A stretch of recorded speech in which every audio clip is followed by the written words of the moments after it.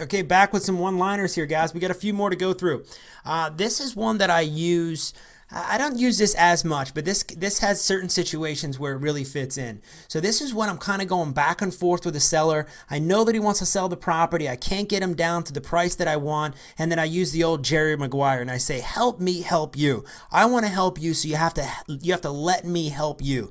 All right, guys, you're gonna love that one. Just think of Jerry Maguire, and I'm sure it's gonna come right out of your mouth.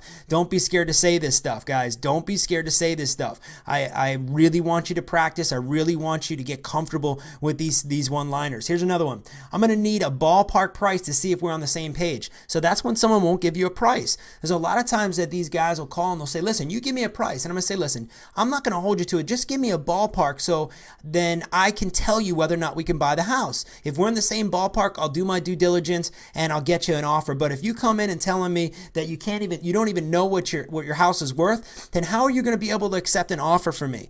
Okay? Did you hear what I just said? I'm going to need a ballpark price to see if we're on the same page, and that is going to help him. That's going to help him understand that we need to know a number. And if he comes back, I'm going to reiterate what I just said before. If he comes back and says, "You just tell me because I don't really know what the house is worth," and I'm going to say, "Well, how are you in a position to accept an offer if you don't know what the house is worth or what you want? So you really got to let me know what's a ballpark. Just give me a range. I won't hold you to it, but let's get this deal done. I really want to help you out." Okay, here's another one. I love this one too. I'm always complimenting these people. I'm complimenting them because I want them to feel comfortable with me. I want them to say, "Hey, listen, this is a good guy.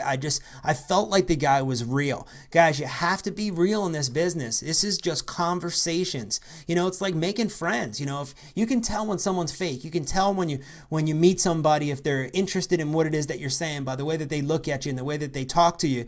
So you have to be real. The more real you are, and the more these sellers can feel that you're going to help them out. So here's one I use. "You seem like a nice guy. I would hate for you to miss out on this offer." All right, guys, that works all the time. I mean, I can't tell you how often I say that. I'm always reiterating. I'm always complimenting the seller. I'm like, "Okay, here's a couple of them. You seem like a nice guy. I understand your situation. I've had clients that were like this in the past. This is what we've done for other people that have helped. This is the way that we've handled this situation in the past, and I still get Christmas cards." I'm just reiterating on some of the other ones. So I always want to come back to these people and let them know that I feel where it is that they're coming from. I feel their pain. "Listen, sir, I feel your pain, man. I wish that I could help you out. I wish I could pay you this amount of money for your property, but I just can't do that. Listen, this is what I'm going to say. This is what I'm going to offer you. If we can go ahead and get the numbers done today, what I can promise is I'm going to take care of you. I'm going to make sure that everything goes smoothly and that you're not going to have to worry about this problem again." Guys, go through these videos. Continue to listen to the one-liners. Say them out.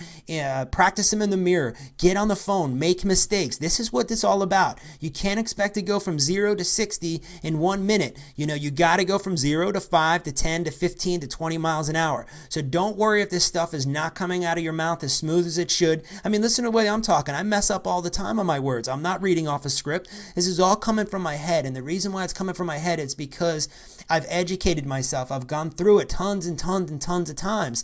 And it doesn't matter. People understand that you're real. That's why you're not criticizing me on these videos, because you're like, "Hey, listen, he's just a human being. He's not a robot. I'm not some machine that I get everything right." These people understand. As long as they feel that you have their best interest at heart, these one-liners are really, really going to help you out. So good job with that, guys. Just keep it going. Just keep it going.